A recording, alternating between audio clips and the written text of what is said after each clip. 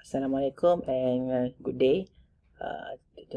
This topic we will discuss about relativity.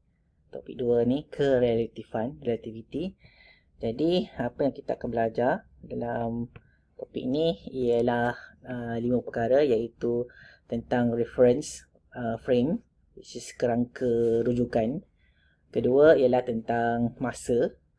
Kemudian tentang length contraction and other special consideration ataupun pengecutan panjang dan pelbagai pertimbangan yang lain.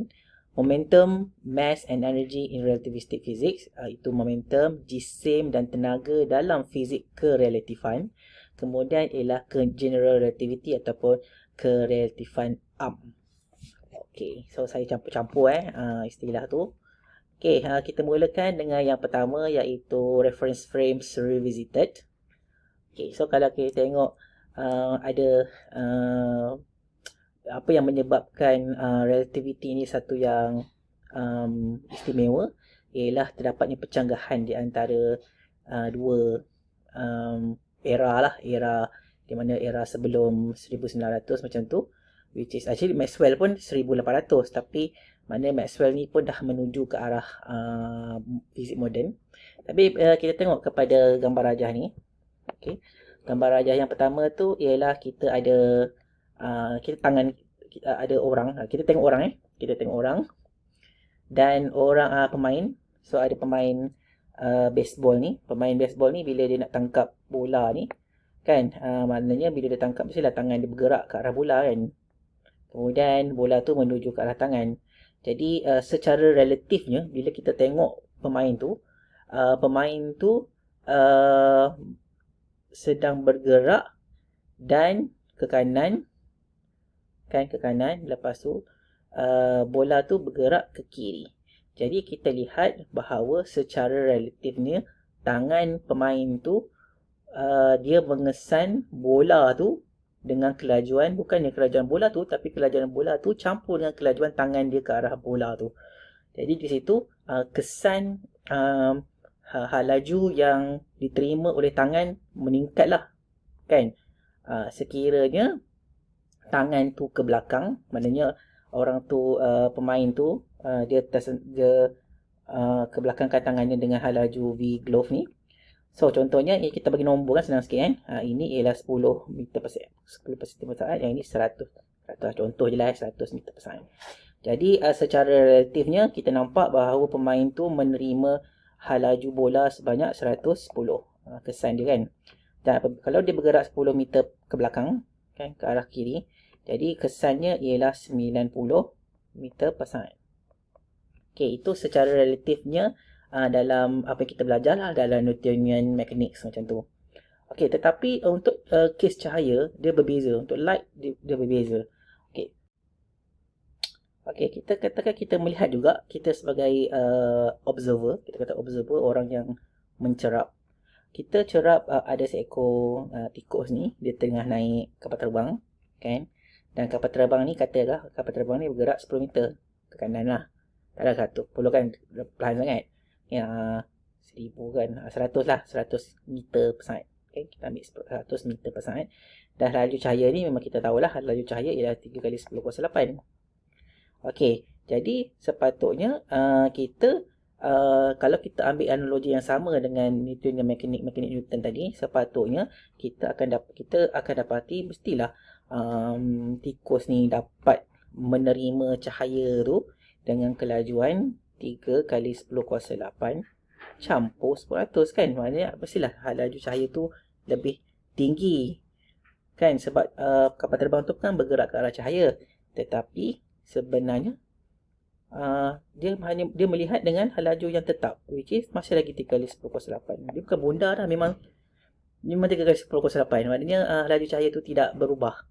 Sama juga sekiranya dia kapal terbang ni menjauhi kan, apabila menjauhi dia dapati, kalau kita secara logik ni kita akan dapati sepatutnya dia mestilah 3 kali 10 kuasa 8 tolak 10. Maknanya cahaya tu lebih perlahan lah kan, sebab kita menjauhi dia kan, dia betul lebih perlahan. Tapi tak juga, masih lagi tikus ni mencerap laju cahaya dengan laju cahaya yang sama, tetap. Jadi walaupun dia tak bergerak ke arah cahaya ataupun bergerak menjauhi cahaya, masih lagi laju cahaya itu tidak bergerak. Jadi itu yang menjadi problem lah pada waktu itu. Okey, pada waktu peralihan pemahaman kita tentang laju cahaya dan relativity. Okey, dan satu lagi masalah lagi untuk Newton dan Galileo ni ialah dia tidak memberi sebarang had untuk laju objek. Okey, contohnya bola ni. Okey, bola ni boleh pergi laju sampai infinity. Jadi tak terhad. Okey, maknanya dia boleh sampai 10 juta kali 10 ke 8. Maknanya dia boleh selaju mana pun, dia tak ada had. Okey, jadi kat situ ada masalah juga sebab dia masalahnya dengan Maxwell teori yang develop pada tahun 1800 macam tu, di mana Maxwell daripada teori dia tu didapati bahawa laju cahaya ialah 1/10 kuasa negatif yang inilah, maknanya epsilon naught dan mu naught, dan nilai ni nilai constant, pemalar ni tak berubah. Okey, nilai sesuatu bahan tu jadi apabila tak berubah, maknanya laju cahaya ni tak berubah. Maksudnya satu objek tu tak bolehlah lebih daripada laju maknanya cahaya tu sendiri pun tak boleh lebih daripada, tak boleh berubah.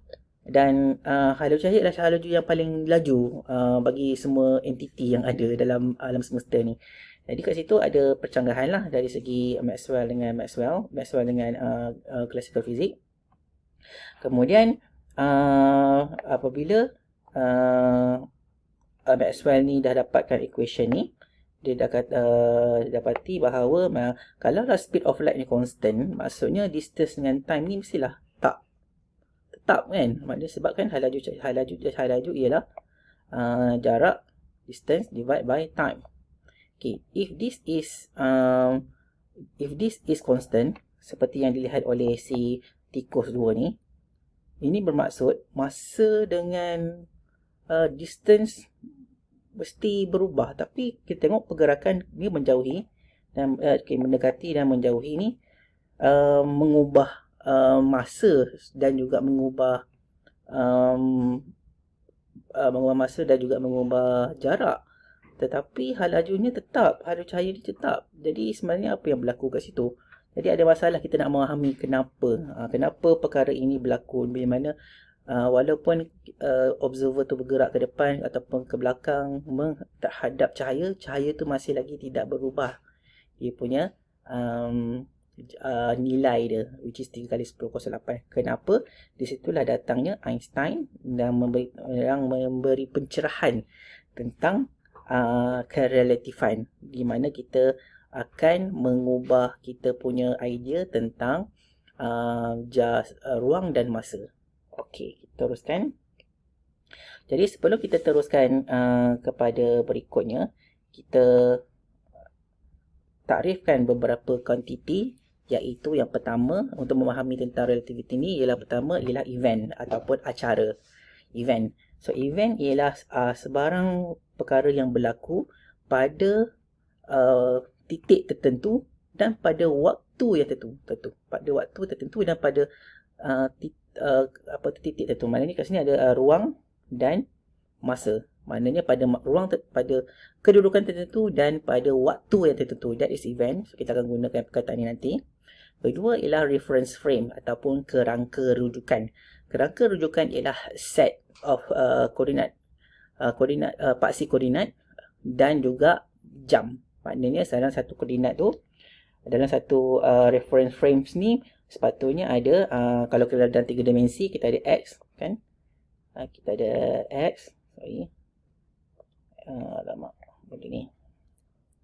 Okay, x, y, kalau z dan t. So dalam satu koordinat, satu kerangka rujukan tu mesti ada 3 koordinat ni yang menyatakan tentang event yang berlaku. Okay, event yang berlaku tu boleh dinyatakan dalam x, y, z dalam kerangka rujukan ni. Dan kerangka rujukan ni ada 2 jenis, iaitu kerangka rujukan inersia, which is inertial frame, dan kerangka rujukan bukan inersia. Okey, jadi apakah itu kerangka rujukan inersia? Kerangka rujukan inersia ni ialah kerangka rujukan di mana the first law of motion tu valid. Jadi kita tengok apa maksud dia juga. Dan untuk non-inertial frame ni ataupun nama lain dia accelerated inertial frame ataupun kerangka rujukan memecut. Yang memecut dalam kerangka rujukan tu first law of motion tu tak valid. Alright. Jadi kita teruskan kepada situasi di mana kita ada dua orang, A dengan B. Okay, Ali dengan B ni siapa? Perempuan ni nampaknya Beta. Ali and Beta. Okay, Ali dengan Beta ni berada pada reference frame, kerangka rujukan. Dan reference frame ni dia ada paksi X, paksi Y, paksi X, paksi Y, dan juga dinyatakan instant dia tu, masa dia tu dengan jam. Okay, so kita ada Ali dengan Beta.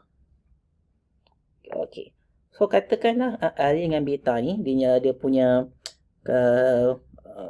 kedudukan dia tu dalam masa dinyatakan oleh 3 gambar ni. Okay, gambar pertama pada masa T sama dengan 0. Okay. Ini tak ada ni. Okay, T sama dengan 0. Lepas tu pada T sama dengan 1 didapati bahawa yang A ni si Ali ni berada pada kedudukan 2 meter plus, dan Beta tu negatif 2 meter, dan yang ketiga dia berada 4 meter daripada asalan dia, dan Beta ni pula 4 meter daripada asalan ke kiri. So persoalannya kan, dan kita nampak maknanya dia punya jarak dia tu semakin meningkatlah daripada kerangka masing-masing, daripada pusat masing-masing. Tapi persoalan dia siapa yang bergerak sebenarnya? So katalah kedua-dua orang ni berada dalam keadaan yang gelap ataupun dalam keadaan tak ada background. Tak ada, maknanya dia dalam satu ruang tu dia ada 2 orang je. Okay, kalau kita di highway, at least kita ada background lah, kita nampak lah kita bergerak ataupun tak, sebab kita relate kepada pokok yang di tepi. Tapi sekarang ni pokok semua tak ada kan, tapi A dengan B ni didapati mereka saling menjauhi. Jadi baik, so persoalan ni siapa yang bergerak, A ke B? Kalau A nampak B yang gerak, dan B pula B nampak A yang gerak. Jadi siapa yang gerak sebenarnya kan? Kat situ ada persoalan dia, kena macam mana, siapa yang bergerak sebenarnya. Okay, jadi really kat sini sebenarnya ni really siapa yang gerak ni sebenarnya it's not really. So it depends kepada siapa yang melihat siapa. Okay, itu dalam kes kalau kedua-duanya bergerak menjauhi satu sama lain dengan speed yang constant. Constant maknanya menjauhi 2, 4, 6, 8, maknanya constant lah. Tetapi apabila kalau dalam kes yang lain, di mana kes memecut, contohnya ialah pada masa pertama jarak di antara si A ni berdasarkan dia punya rujukan ialah 2, lepas tu pada masa kedua dia jadi 4, maknanya 2, 4, 2, 6, kemudian mungkin 12, okay, 2, 6, 12, maknanya semakin jauh daripada dia punya asalan. Dan B juga sama, semakin jauh daripada asalan ni, bermaksud adanya perubahan jarak pada setiap saat. Okay, perubahan jarak pada setiap saat. Kalau saya sini jarak dia tidak berubah pada setiap saat, maknanya 2, 4, 6, 8, tapi sekarang ni nampak memecut lah, tapi sebenarnya siapa yang memecut? Kalau dia A ni tengok B, macam B yang pecut, B tengok A yang pecut, jadi siapa yang pecut sebenarnya? A ke B kan? Masing-masing tak tahu siapa yang pecut. Jadi untuk solvekan masalah ni, sama ada siapa yang memecut ataupun tak, masing-masing mungkin boleh letakkan macam bandul kan, kita bandul macam ni. Okey, bandul kan. So kita tegakkan dia. Okey, jadi katakan ini ialah apa yang A lihat, apa yang Ali lihat. Okey, so apa yang Ali lihat? Okey, benda ni betul. Okey, draw. Okay, so ini apa yang Aili lihat terhadap B. So Aili lihat B ni punya bandul ni, dia lihat bandul ni ke arah kiri. Okey, apabila dia dan dia lihat diri dia, ni dia lihat diri dia sebagai tegak. Bandul tu maknanya it makes sense lah, dia memang berada pada satu kerangka yang bergerak, sama ada bergerak ataupun maknanya tidak memecut lah. Dia berada si B si B ni okey. So A, ni A. So A ni dia tengok dia punya bandul tu tegak, maknanya dia berada pada satu kerangka di mana kerangka tu tidak memecut. Maksudnya dia berada dalam keadaan memang logik lah, sebab kalau tak ada apa-apa, tak ada air, tak ada angin yang tiada angin, masa akan pokok bergoyang kan, macam tu. Maknanya kalau tak ada apa-apa yang mengganggu bandul dia tu, mestilah bandul dia tetap kekal kan. Jadi make sense lah. Tetapi apabila dia lihat si B tu pula, dia tengok B tu, kau punya bandul tu ke kiri. So dia dapat bandul kau tu ke kiri, mesti ada daya yang menyebabkan ke kiri kan. Jadi kat sini kita boleh lukiskan daya yang bertindak mengikut ni berdasarkan A punya pemerhatian lah. Berdasarkan A punya pemerhatian, sini ialah tension. Maksudnya ada komponen T cos theta ke sini. Okey, jadi ada komponen T cos theta, dan T cos theta ni ialah daya yang bertindak pada bandul tu. Okey, jadi dan dia bersamaan dengan MA lah, sebab daya MAX pada arah X tu. So maksudnya memang ada gerakan pecutan pada arah kiri. Ini bermaksud okey, engkau memecut kan. Engkau memecut. Maksudnya bukanlah aku yang memecut, sebab kau punya benda, kau punya bandul kau memecut, maksudnya kau mesti berada dalam accelerated reference frame ataupun non-initial reference frame. So menurut kata si A ni. Okay, so memang dan berdasarkan hukum Newton, which is dia boleh tahulah which is daya ni sama dengan MA. Dan menurut dan berdasarkan B tu pula, pada pandangan B tu nampak okey, aku nampak engkau punya bandul kau memang tak gerak lah, sebab semaknanya memang kau mesti dalam non-initial frame, sebab kau punya bandul tak gerak. Jadi sebab tak ada daya yang bertindak atas bandul kau tu. Okay. Tapi dia tengok kat diri dia, dia punya tu bergerak, dia punya weight tu displace. Macam kalau ikut kalau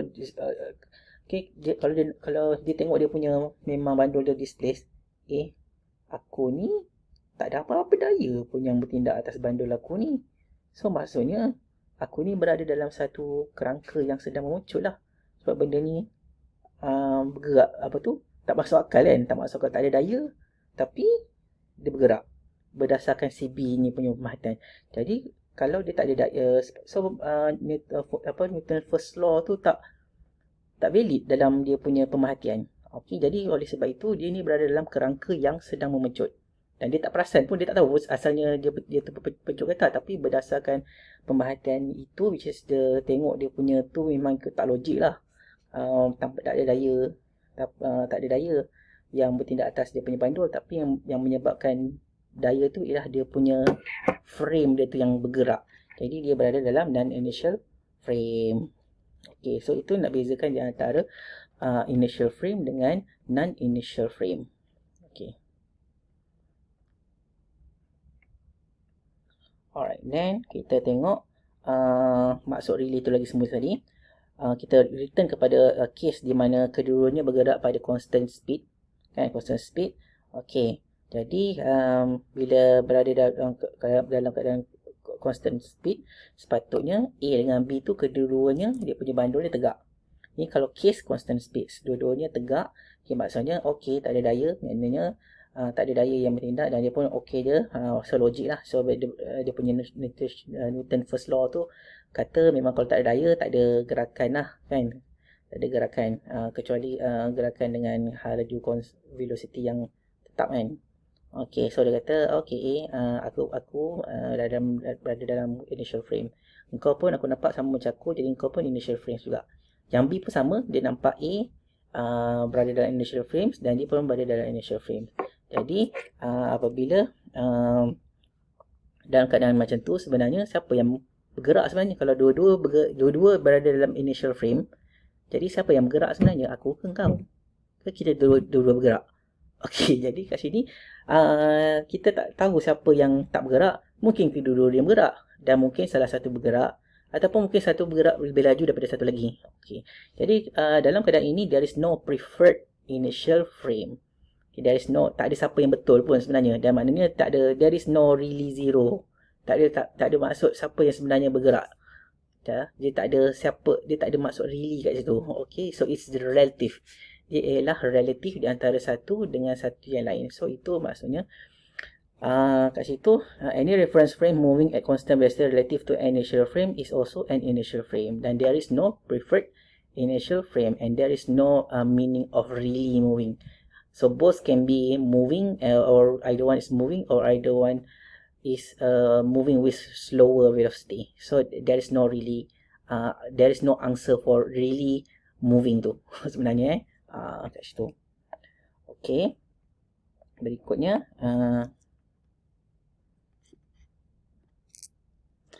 okey. So kita dah tahu pasal reference frame tu. Okay, konsep tentang reference frame, sebenarnya kita ada initial dengan non-initial reference frame. Kita nak gunakan kita nak analisis bahawa initial frames dengan non-initial frames ni dia punya analisis dia berbeza. So itu yang yang kita perlukan untuk memahami tentang Einstein relativity, kerelatifan Einstein. Di mana dalam kerelatifan Einstein ni dia ada dua, which is satu ialah special relativity, iaitu kerelatifan khas, dan dua ialah general relativity, kerelatifan am. Okay. So special relativity ialah mechanics untuk initial reference frames sahaja. So maknanya initial frames ialah initial frame yang di mana hukum Newton pertama dipatuhi. Hukum Newton pertama dipatuhi. General relativity ialah initial frames dan non-initial frames. Maknanya dua-dua, dia consider dua-dua. Okay, special untuk initial saja, general untuk dua-dua, which is dicampur sekali dengan non-initial frame reference frame. Maknanya frames yang memecut. Maknanya yang tidak memecut dan memecut, kedua-duanya bawah general relativity. So itu dia tak masuklah dalam ni, dia memang complicated. General relativity dia lebih complicated sebab kita mengambil kira accelerated reference frames or non-initial reference frame. Jadi kita consider hanya initial reference frames dalam topik ini, di mana frame-frame ni bergerak dengan velocity yang tetap. Okey, yang tetap relatif satu sama lain. Okey, untuk special relativity ni ada dua postulates. Yang pertama ialah the law of physics are the same in every initial frames. Okay, atau dikatakan sebagai principle of relativity. Okay, ini ialah postulat yang pertama. Kita akan pegang postulat ni. Yang kedua ialah the speed of light in a vacuum is independent of the observer. Maksudnya, siapa saja yang mengukur speed of light mesti mendapat nilai yang sama, which is 3 kali 10⁸ meter per saat. Okay, dua postulat ni akan memandu kita memahami tentang space and time, ruang dan masa. Okay, so kita tengok postulat yang pertama yang mengatakan bahawa the law of physics are the same in all initial reference frame. So reference frame ni kadang-kadang kita panggil just frame je, which is ataupun kalau initial reference frame tu kita panggil dia initial frame je. So reference pun kita buang, kita nak pendekkan kan. So kadang-kadang saya akan cakap initial reference frames ataupun initial frame ataupun kerangka inisial. Okay. So first sekali ialah the law of physics are the same mengikut postulat yang pertama. Okay. So katakanlah kita ini ialah arnab pula kan, tikus ni kan. Kita ialah tikus ni, dan tikus ni memang sedang berada dalam komuter lah. Kita duduk dalam komuter kan, kita duduk dalam komuter, lepas tu ada apple jatuh daripada atas kita. Okay, so bila menurut kita memang kita nampak lah, kita memang apple tu jatuh atas kita direct kan, sebab daripada atas jatuh direct. So make sense lah kan, memang free fall memang macam tu kan. So memang dia mematuhi hukum fizik lah, dia tak ada masalah kan, dia tak ada masalah sebab memang kita boleh jelaskan kenapa dia jatuh ke bawah, disebabkan oleh gravity kan, dia jatuh ke bawah. Alright, so sekarang ni kita berada di luar, kita tengok tikus tu dalam kereta api. Okay, kita berada di luar dan so sekarang kita dah jadi manusia. Tikus tu masih lagi dalam. Tadi kita tikus, sekarang ni kita kat luar sebagai pemerhati, kita nak tengok tikus yang ada dalam kereta api tu, dan situasi yang sama, apple jatuh ke bawah. So apabila apple jatuh ke bawah, kan, so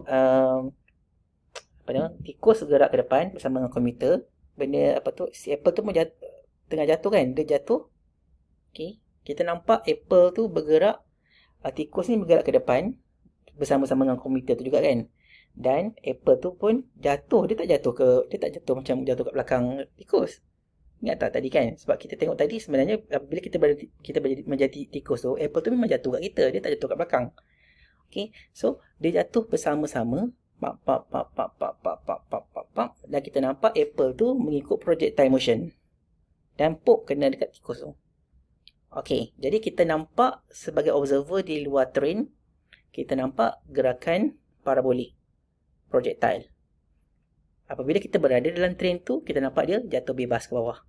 So actually projectile tu pun jatuh bebas, tapi dalam 2 dimensi.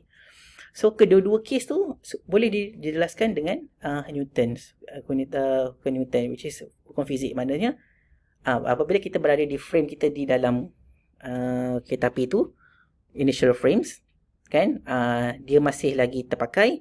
Apabila kita di luar train tu pun, kita masih lagi terpakai hukum fizik tu. Okay, so berikutnya, bukan saja dalam kes mekanik, begitu juga dalam kes elektrik dan magnetism. Okay, so apabila kita katakan kita ada magnet kat depan train, okay, magnet tu depan train tu menuju ke arah magnet.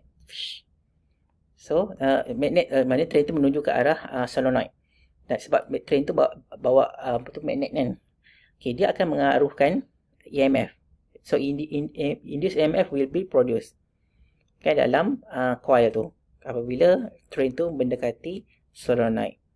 So even kalau train tu tak bergerak, solenoid tu bergerak ke arah train dengan velocity yang sama pun masih menghasilkan induced EMF. Maksudnya kat situ kita tengok adanya satu simetri, satu lagi dari segi memang relatifnya dia menghasilkan kesan yang sama, which is kesan Faraday's law tu masih sama ada si train tu bergerak ke arah solenoid ataupun solenoid tu bergerak ke arah train. Kedua-duanya hukum fizik yang sama. Okey, itu dalam kes mekanik dalam postulat yang pertama. Untuk postulat yang kedua, okay, the speed of light is the same. Okay, katakan ada dua roket ni, roket A dengan roket B ni. Okay, so roket A dengan roket B ni, so dia pass each other dengan velocity yang tetap lah. So sebab kita consider tentang reference frames, initial reference frames, dua-dua speed of the objects constant lah for each other. So apabila dia pass each other, dia setkan spike letupan. Okay, ataupun flash of light. Kalau letupan tu bukan gelombang bunyi, gelombang cahaya, dia gelombang bunyi. So ini gelombang cahaya, so dia spike, dia hasilkan spike of letupan, explosion ke, untuk menghasilkan cahaya. Okay, so kita lihat apa yang dilihat oleh A. Kalau kita berada di A, kita punya consequence dia ialah kita berada di center tadi kan. So maknanya apabila cahaya tu dihasilkan, so gelombang ni akan berada gelombang tu dah berada dekat sini lah kan. Okay, gelombang tu dia punya wavefront dia berada dekat sini. So selepas masa T2, mestilah gelombang tu dah berada jauh lah daripada A kan. Make sense lah kalau kita berada di A. Tapi apa ya pula yang dilihat oleh B kan? Kalau kita berada di B pula, kita switch diri kita berada dekat B. So mengikut kata si Einstein ni, postulat yang kedua, oleh sebab speed of light tu sama, mestilah jarak yang dilalui oleh gelombang pertama tu samalah, 10 ni 10 kan. Lepas tu the next katalah 10, the next bisa another 10 which is 20 kan. Jadi itu apa yang dilihat oleh B. Okay, tetapi kalau awak lihat, kalau awak berada di A pun awak nampak dia 10. Kalau awak berada di B pun awak akan cerap cahaya dia berada pada 10.